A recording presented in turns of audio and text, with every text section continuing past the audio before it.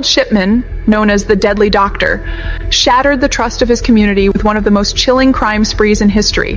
How did a trusted family physician become one of the most prolific serial killers the world has ever seen? This is the harrowing tale of Harold Shipman's double life.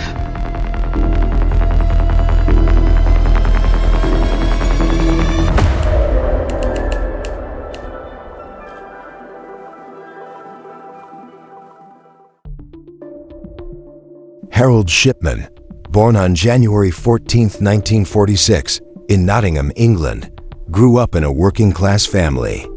His early life was marked by an unusual bond with his mother, Vera, who played a significant role in shaping his personality. She instilled in him a sense of superiority and self-reliance, which would later manifest in his professional life. Tragedy struck Harold's life at the age of 17 when Vera succumbed to terminal lung cancer. During her illness, she received morphine injections for pain relief, a detail that would leave a lasting impression on the young Harold. Observing the power of a doctor's control over life and death likely sowed the seeds for his future crimes. Despite the family's modest means, Shipman excelled academically and won a scholarship to Leeds University Medical School. He graduated in 1970 and soon began his medical career, showing promise as a dedicated and competent physician. However, beneath the surface, a darker side of his character simmered. In 1974, Shipman took his first general practice position in Todmorden, Yorkshire. It wasn't long before his facade began to crack.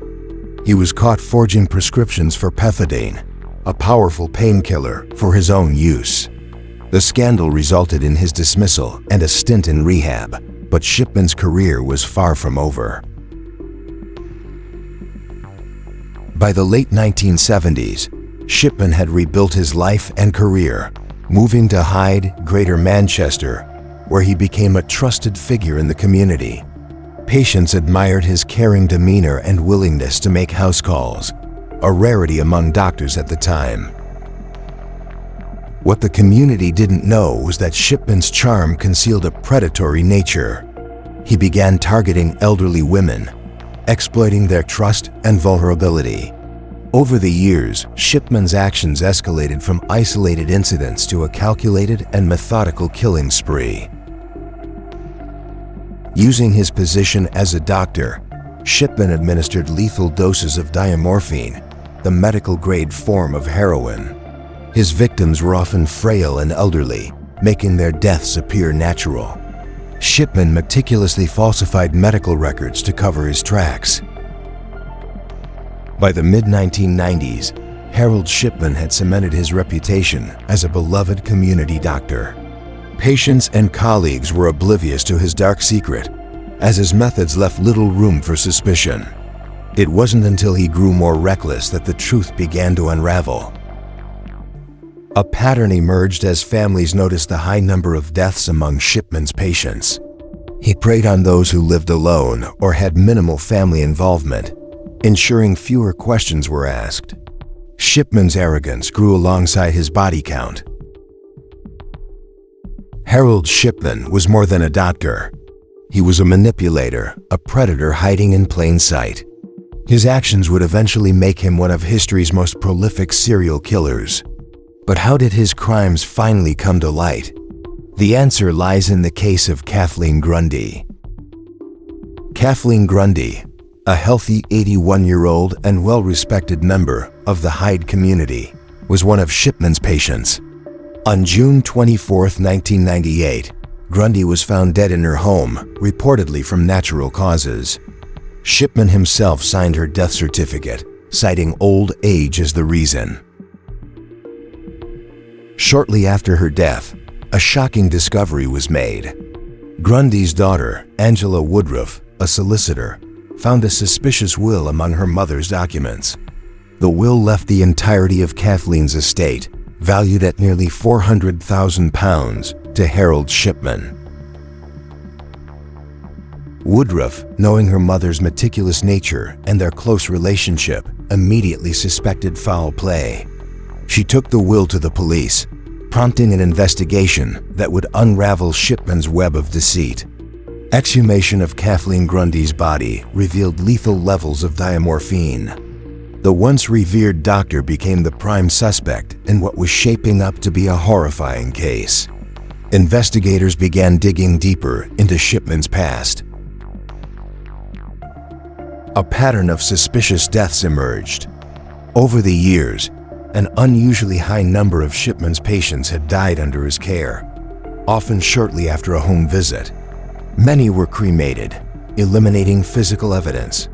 However, Shipman's arrogance left a trail of incriminating documents. Medical records showed discrepancies, with Shipman altering details to match his narrative. In several cases, he claimed patients were terminally ill when they were not. Investigators also discovered a stash of jewelry belonging to his victims, further implicating him. In September 1998, Shipman was arrested and charged with 15 counts of murder and 1 count of forgery. The trial, held in October 1999, gripped the nation as the full extent of Shipman's crimes came to light. Prosecutors presented overwhelming evidence, including testimony from families, forensic experts, and colleagues. Shipman's demeanor in court, marked by cold detachment, only added to the public's horror. In January 2000, Harold Shipman was convicted on all counts and sentenced to life imprisonment without the possibility of parole. He showed no remorse, maintaining his innocence despite the mountain of evidence against him. The Shipman case sent shockwaves through the medical community, leading to significant changes in the oversight of doctors in the UK. The General Medical Council introduced stricter protocols, and the practice of cremation authorization underwent reform. Harold Shipman's crimes left an indelible scar on the nation, raising uncomfortable questions about trust in the medical profession. How could such a trusted figure exploit his position to commit such heinous acts? In 2004, Shipman was found dead in his prison cell, having taken his own life.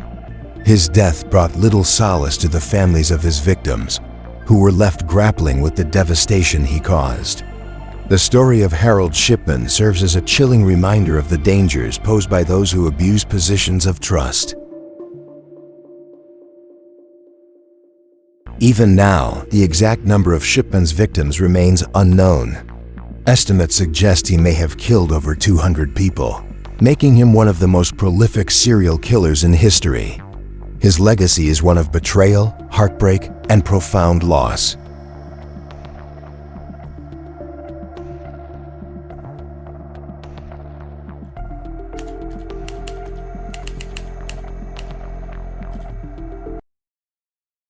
All right, so have you ever felt like you really knew someone? Like truly understand them? Well, today's deep dive might just make you reconsider, because we're going deep into the story of Harold Shipman, one of the most prolific serial killers in history.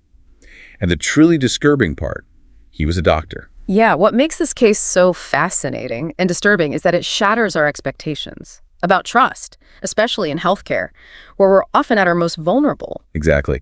We've got excerpts from a longer text about Shipman's life and crimes. And what we're aiming for today is to go beyond the headlines. We're not just here for the gruesome details. We want to understand the how and the why, what made this man tick, what went wrong, and what does this case say about the nature of trust and vulnerability. Yeah, it's a story that makes you think twice about the assumptions we make, even about those in positions of authority. Okay, let's start with Shipman's early life. The sources highlight this really unusual bond he had with his mother, Vera. He seemed to instill in him this sense of superiority, like he was somehow above the rules. Yeah, that's a key point. You often see this kind of distorted self-perception in individuals who commit these kinds of crimes, this belief that they're exempt from consequences, that they're somehow special. And here's where it gets really interesting. His mother died of cancer when he was just 17.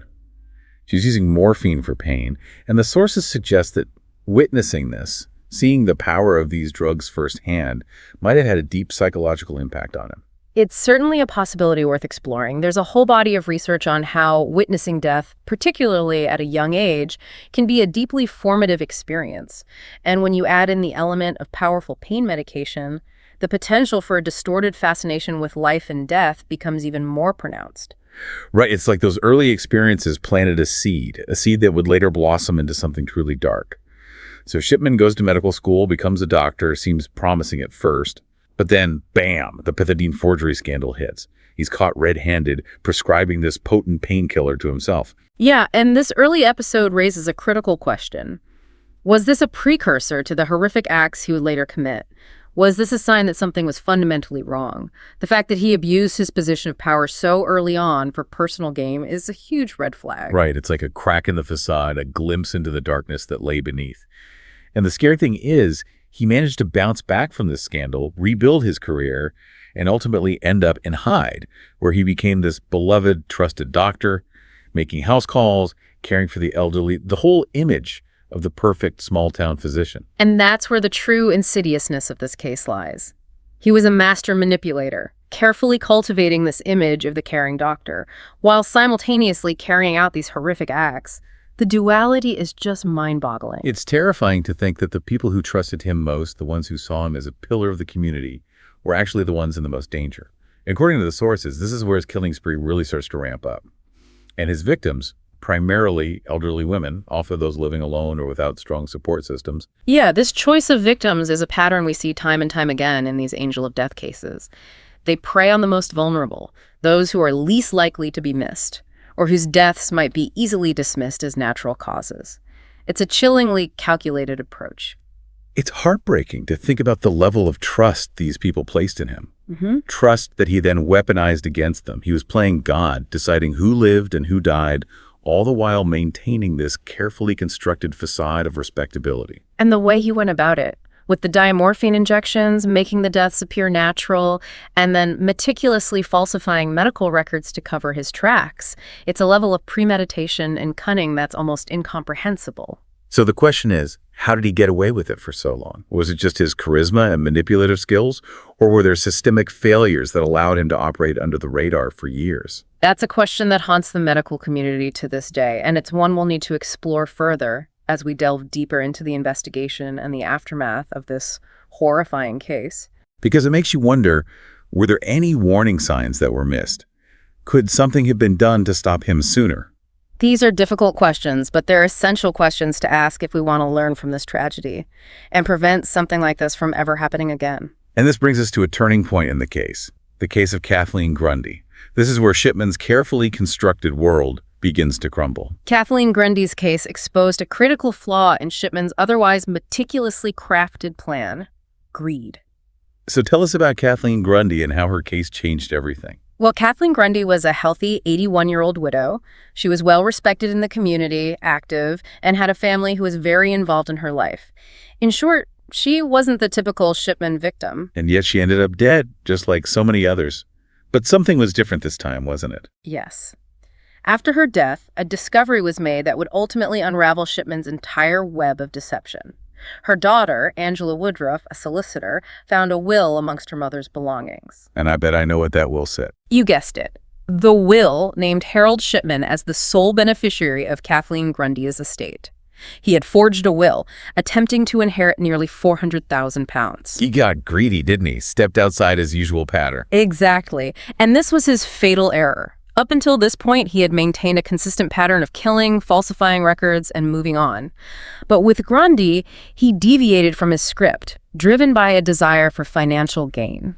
And thankfully, Kathleen Grundy had a daughter who was not only sharp, but also deeply suspicious. She knew something wasn't right and immediately went to the police. Angela Woodruff's actions were the catalyst that brought Shipman down. If not for her persistence and determination to uncover the truth, his crimes might have continued undetected. Wow. It's incredible how one seemingly small detail, a forged will, can unravel an entire web of deception. It's a testament to the importance of paying attention, of trusting your instincts, and of never giving up in the pursuit of justice. So last time we left off with the case of Kathleen Grundy, and how her daughter's sharp eye really started to unravel Shipman's facade. It's almost unbelievable how one forged will could bring down this whole house of cards. It is a powerful reminder that even the most meticulous criminal can make mistakes.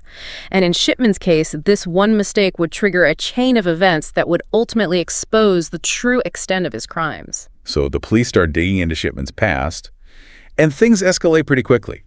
Exhumations, analysis of medical records, the discovery of jewelry belonging to his victims. It's almost like peeling back the layers of a nightmare. And with each layer, the evidence against Shipman becomes more damning. A clear pattern of suspicious deaths, a trail of altered medical records, and then the forensic evidence from the exhumations, the presence of lethal doses of diamorphine, essentially heroin in the bodies of his victims, removes any doubt. These were not natural deaths. It's mind-boggling how this went on for so long. The sheer scale of it. Potentially over 200 victims. It's almost too much to comprehend. And what's even more disturbing is that throughout the trial, Shipman remained completely cold and detached, showing no remorse whatsoever. That lack of remorse, that utter disregard for human life, is a chilling hallmark of psychopathy. It's one of the most unsettling aspects of this whole case. How could someone inflict so much pain and suffering without a shred of guilt or empathy? It's like trying to understand a black hole. A complete void of human emotion. But we have to try, because if we can understand what motivated him, what drove him to commit these horrific acts, maybe we can learn something, prevent something like this from happening again. You're absolutely right. So let's dive into the psychology of Harold Shipman. What can we glean from the sources about his potential motivations? Well, we talked about that incident early in his career, the pethidine forgery. Yeah. It seems like there was this underlying struggle with control, a willingness to break the rules to get what he wanted. Yes. And some experts believe this need for control, for power, might have been amplified by witnessing his mother's death at such a young age. Seeing her suffering, her dependence on morphine for pain relief, could have had a profound psychological effect. Like he became fixated on the power of life and death, Yeah. on having that ultimate control.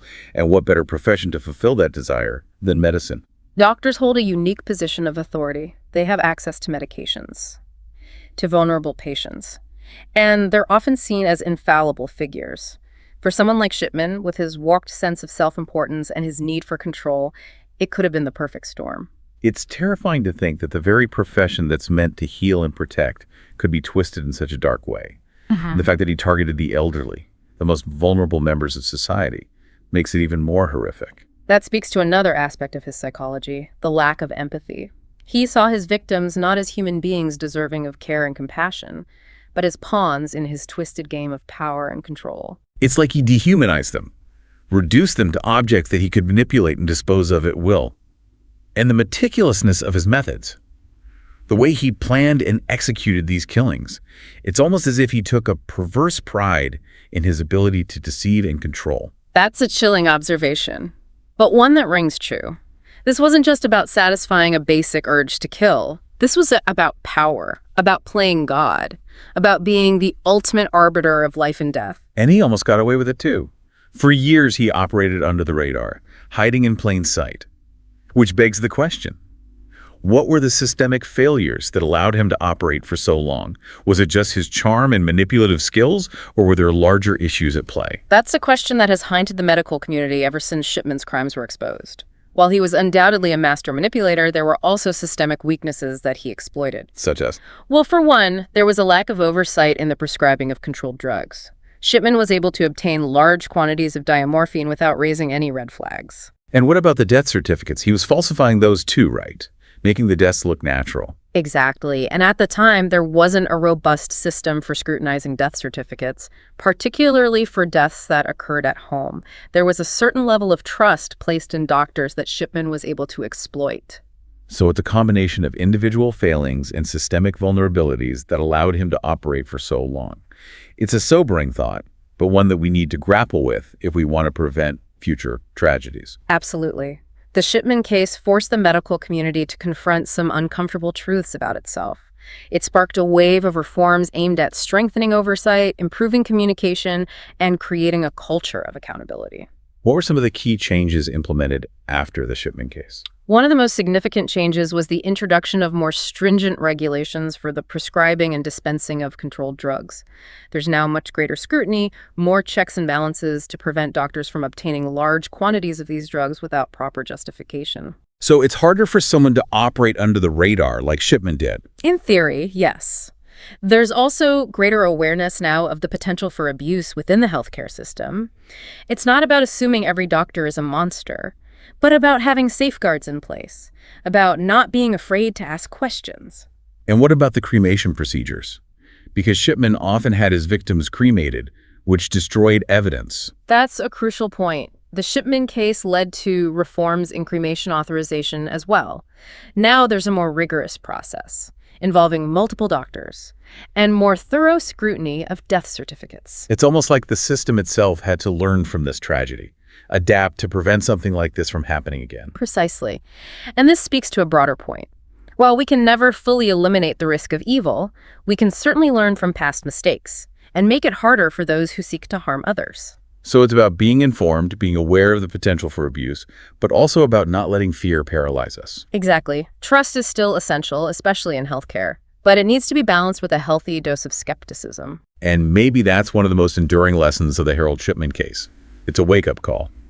That reminds us that even in the most trusted professions, there can be darkness lurking. And that it's up to each of us to be vigilant, to ask questions, and to hold those in power accountable. It's a difficult but necessary conversation, and it's one that we must continue to have if we want to create a safer, more just world. Well said.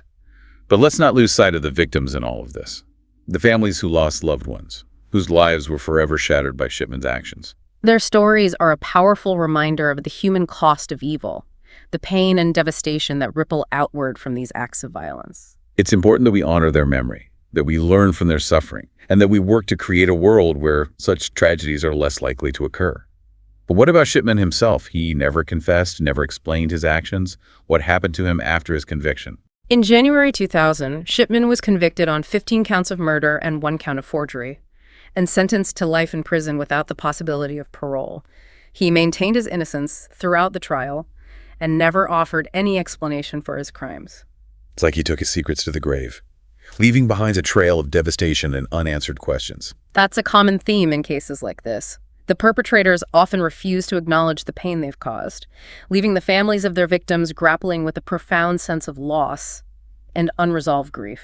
It's a stark reminder that justice, even when it's served, can't always heal the wounds of the past. No, it can't. But it can serve as a starting point for healing, for accountability, and for a renewed commitment to preventing future tragedies.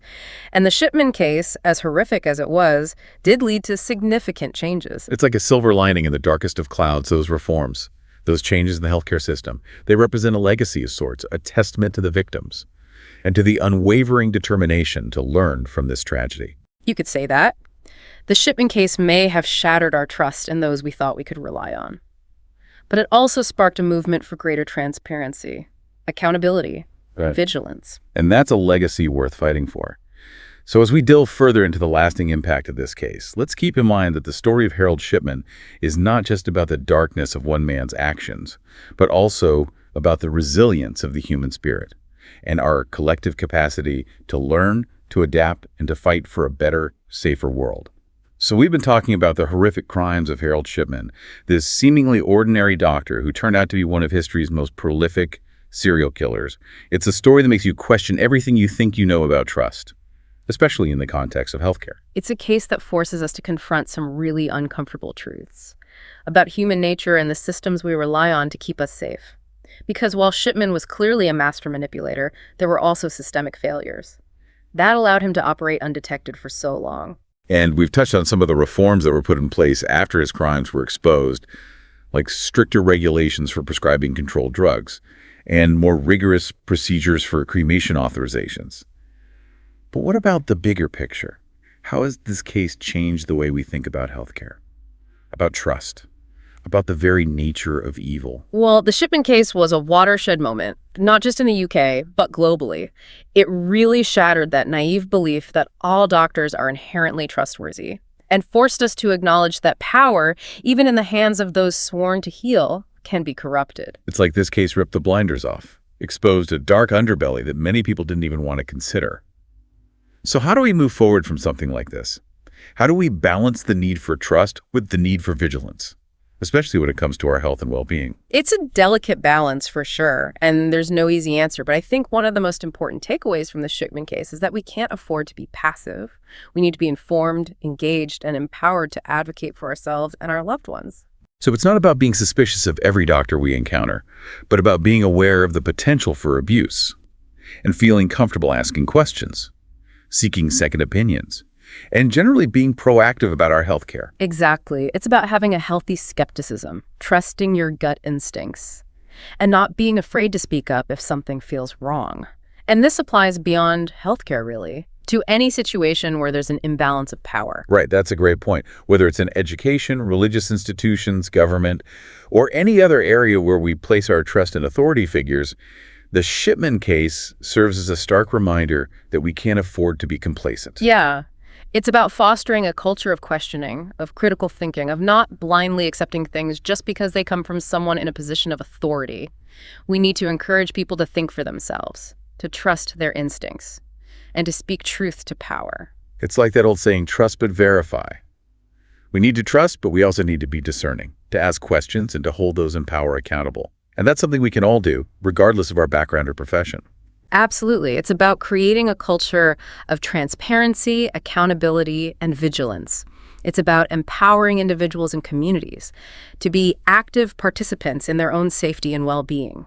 And I think it's also about remembering the victims, those whose lives were tragically cut short by Shipman's actions. We can honor their memory by working to create a world where such tragedies are less likely to occur. You're absolutely right. The victims and their families deserve justice, not just in the form of Shipman's conviction, but also in the form of lasting change, of a system that is more resilient to abuse and more responsive to the needs of the vulnerable. So in a way, the legacy of this horrific case can be one of positive change, of a collective awakening to the potential for darkness, even in the most trusted corners of society.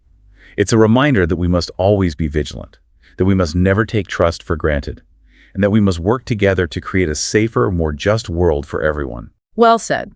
The story of Harold Shipman is a chilling tale of deception and betrayal, but it's also a story of resilience, of the power of individuals to speak truth to power, and of the enduring human spirit that seeks to learn from tragedy and build a better future. This deep dive into the Shipman case has been a heavy one, but incredibly important.